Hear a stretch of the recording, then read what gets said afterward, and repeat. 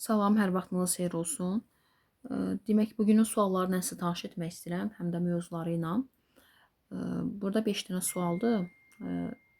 Bugün 2 dənə də idraçla bağlı sual və inteqrasiya ilə bağlı sual yəni təqdim olunub. O suallar bilirsiniz də, idraçla inteqrasiya ixtisasa uyğundur. O suallar bugün burada yer almır, çünki yeni dediyim kimi ixtisasa uyğun suallar müəllim namizədlərinə təqdim olunur. Yəni fürsətdən istifadə edirəm də bugün həqiqətən də ədalətli bir yanaşma öz əksini tapıb. 90% müəllim namizədlərimiz uğur əldə edib. Bilirsiniz də bugün ikinci şans müəllimlərinin imtahanı idi. Sevindirici haldır.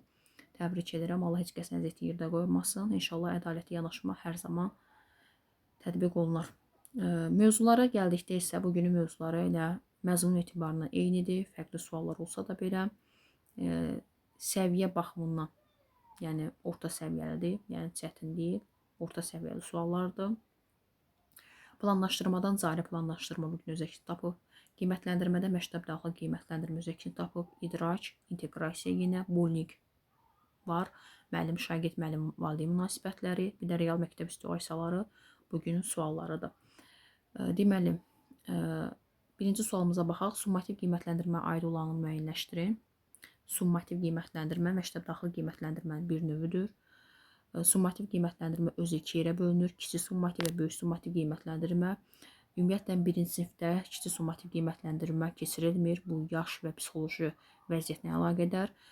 Birinci, ikinci, üçüncü siniflərdə böyük summativ qiymətləndirmə həyata keçirilmir. 4-dən 11-ə kimi böyük summativ qiymətləndirmə həmin o siniflərdə təşkil olunur. Summativ qiymətləndirmənin açar məqamı ondan ibarətdir ki, summativ ölçür, yekun qiymətləndirmədir. Yəni, bunun geri dönüşü yoxdur. Təbii ki, burada şagirdə dəstək edeyim, proses zamanı ona stimullaşdırım, çətinlik varsa ona kömək edeyim. Summativ qiymətləndirmədə belə bir yanaşmalar yoxdur təbii ki və nəticələr məktəb jurnalında, yəni sinif jurnalında rəsmi şəkildə bal və rəqəmlə qeyd olunur belə. Açar məqamlar, yeni dediyim ki, ölçmək söhbətidir, ölçür və geri dönüşü yoxdur. Gəlin görə aid olanları bizə istəyir hansılardır? Təlim nailiyyətlərinin qiymətləndirilməsinə yönəlmişdir. Qiymətləndirirsə, deməli, təbii ki, bu summativə aid olacaqdır. Dedim, qiymətləndirmə summativdir. Müəllimin müşahidəsinə əsaslanır. Müşahidə formativdə ola bilər. Müşahidə summativdə yoxdur. Şagirdin yarımillik qiymətləndirmə təsiridir. Bəli, təsir edir. Təlim fəaliyyətini izləməyə şərait yaradır. İzləmək söhbəti də bu. İzləyirəksə, çətinliklər aradan qaldırırıqsa formativdir. Hər gün aparılır formativdir. Summativlə əlaqəsi yoxdur. Nəticələr sinif jurnalı qeyd olunur. Bəli, bir dənə, üzrürsən, 5 yazmalıydım bura. Bir dənə, deməli, summativdir ki, nəticə sinif jurnalı qeyd olunur. Diaqnostik formativ jurnalda heç biri qeyd olunmur nəticələri. 1, 3, 5 burada olacaq C variantı. Növbəti sual. Bir şagird dərs zamanı dərsi dinləmir, kənar işlərlə məşğul olur və dərsin gedişatına mane olur. Müəllim dərs müddətində nə etməlidir? Baxın, dərs müddəti deyir, proses zamanı dərs müddətində nə etməlidir? Dərsi dinləmir, kənar işlərlə məşğul olur. Şagirdi dərsi cəlb etmək üçün onunla fərdi məşğul olmalıdır. Məsələn, uşaqlar hara getdi, ayrı seçkili yaradırıq, olmaz. Dərsi dayandırıb onu cəzalandırmaq, ümumiyyətlə cəzadan müəllim qaçmalıdır. Şagirdin diqqətini dərsi yönetmək üçün qeyri-verbal davranışlardan istifadə etməlidir. Bunu saxlayıram, şagirdlə fərdi söhbət aparmaq. Bu dərs prosesindədir. Deyir, dərs prosesində müəllim nə etməlidir? Dərs prosesində dərsi dayandırıb gedib fərdi söhbət aparam. Bu yanlışdır. Fərdi söhbəti mən dərsdən sonra apara bilərəm. Mən 45 dəqiqəmə xələl gətirəcək yanaşmalar etməli deyiləm. Onda proqramı mənimsə də bilməyəcəm. Amma şagirdin diqqətini dərsi yönetmək və qeyri-verbal davranışlardan istifadə etmək. Qeyri-verbal davranış jestlərdən, mimikalardan söhbət gedir. Ən uyğun variant burada elə nədir? C variantıdır. Hansı formativ qiymətləndirmənin məqsədidir? Formativ gündəlik aparılır. Məqsəd nədir? Şagirdi hədəfə çatdırmaq. Məqsəd nədir? Şagirdin çətinliklərini üzə çıxarmaq, o çətinliyi aradan qaldırmaqdır, ona istiqamət vermək. İstiqamət verməkdir. İzləmək, istiqamət vermək, çətinlikləri aradan qaldırmaq, hədəfə çatdırmaq, dərs boyu aparılır, hər gün aparılır, formativ qiymətləndirməyə aiddir. Bu açar məqamlar formativ aiddir. Şagirdin təlim fəaliyyətini izləyir və irəliləyişinə şərait yaradır. İzləmək. İzləyirəmsə, Bu nədir? Elə formativa aiddir. Bunu belə deyim də, A variantının gəlin o birlərinə baxaq. Şagirdin ilkin bilik və bacarıq səviyyəsi. İlkin bilik, bacarıq diaqnostikdir. Şagirdin təlim nailiyyətləri əsasında bacarıq və vərdiş səviyyəsini qiymətləndirmək summativdir. Yarımilli və tədris sonu şagirdin, bu da nailiyyətin qiymətləndirilməsi summativ, yəni böyük summativ aid olacaq. Ümumi orta təhsildə tam burada keçən qiymətləndirmə söhbətdə varsa, bu da formativ aid deyil. A variantı elə formativ aid olan yanaşmadır. Sonra aşağıdakılardan hansı gündəlik planlaşdırmanın əsas xüsusiyyətlərinə aid deyil? Ümumiyyətlə planlaşdırmanın iki növü var. İllik və gündəlik. İlliyə deyirik perspektiv, gündəliyə deyirik cari. İllik planlaşdırmanın məqsədi ondan ibarətdir ki, il ərzində müəllimin fəaliyyətin axıcılığını təmin edir. İl ərzində müəllim bilir ki, hansı qiymətləndirmədən istifadə edəcək, hansı standartı reallaşdıracaq və s. və s. İllik planlaşdırmaya aid tədris vahidi, mövzu, alt standart, inteqrasiya, resurslar, qiymətləndirmə, saat və tarix. İllik planlaşdırmada müəllim dəyişiklik edə bilər. Mövzu və belə deyim də, saatda müəllim dəyişiklik edə bilər.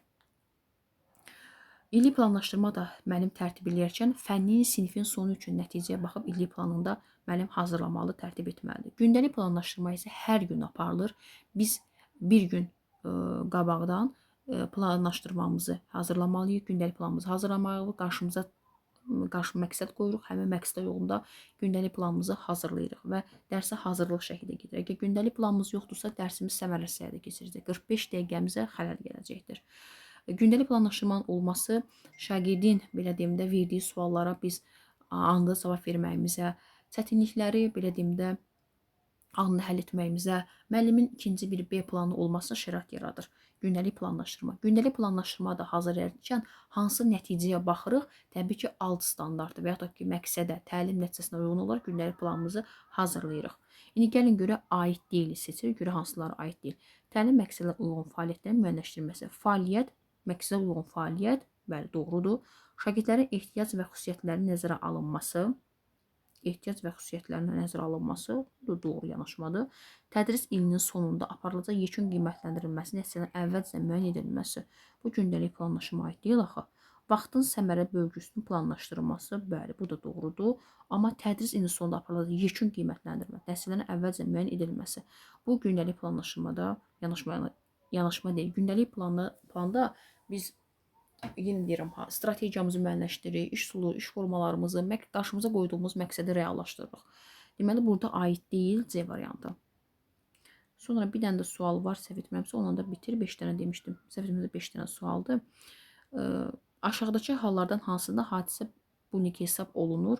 Belə deyim də, çox güman ki, səhv yazılıb burada. Aşağıdakı hallardan hansında bullying hesab olunur? Belə sual olacaqdır. Yəni, bullying harda var? Qoy bilək, düzəldim. İki şagird arasında vaxtaşırı baş verən mübahisələrdə vaxtaşırı deyir. İndi ola bilər, davamlı deyil, axı bu çıxıram. Bir şagirdin sinif yoldaşına davamlı şəkildə ləqəb qoşması, lakin həmin şagirdin buna etiraz etməməsi. Etməməsi söhbətinə görə çox güman ki, bu yanlışdır, bu da yanlışdır. Deyəcəm niyə görə. Fiziki və ya sosial baxımdan üstün mövqedə olan şagirdin digər şagirdi mütəmadi şəkildə alçatması, təzyiq etməsi və qorxutmasıdır. Mütəmadi şəkildə olur. Güclü şəxsin zəif şəxsə psixoloji təsirində biz bullying deyirik. Bu ilə aiddir. Qrup iş zamanı şagirdlərin fikir ayrılığı səbəbindən bir nəfərin təklinə qəbul edilməməsi. Burada da bullying yoxdur. Mütəmadi, davamlı şəkildə əgər olarsa, bu bullying sayılacaqdır. Burada həmin şagirdin buna etiraz etməməsi. Yəni, etiraz etmir. Etiraz etməsə, mən nə biləcəm burada bullying var. Buna görə bu fikrə görə əsasən yanlış götürürük. C variantı isə bullying hesab olunur. Mütəmadi şəkildə fiziki və sosial baxımından üstün mövqedə olan şagirdin digər şagirdə alçatması, qorxutması, təzyiq etməsi və s. daxil. Ona görə burada da doğru cavabımız olacaq nə? C variantı. Belə. Suallar bundan ibarət idi. Yendirmə, idrac və inteqrasiya sualları bu fənnə uyğun olaraq düşdüyünə görə o suallar burada yer almır. Belə. Bundan sonraki günlərdə də imtahanda iştirak edəcək bütün müəllim namizədlərimizi də uğurlar arzu edirəm.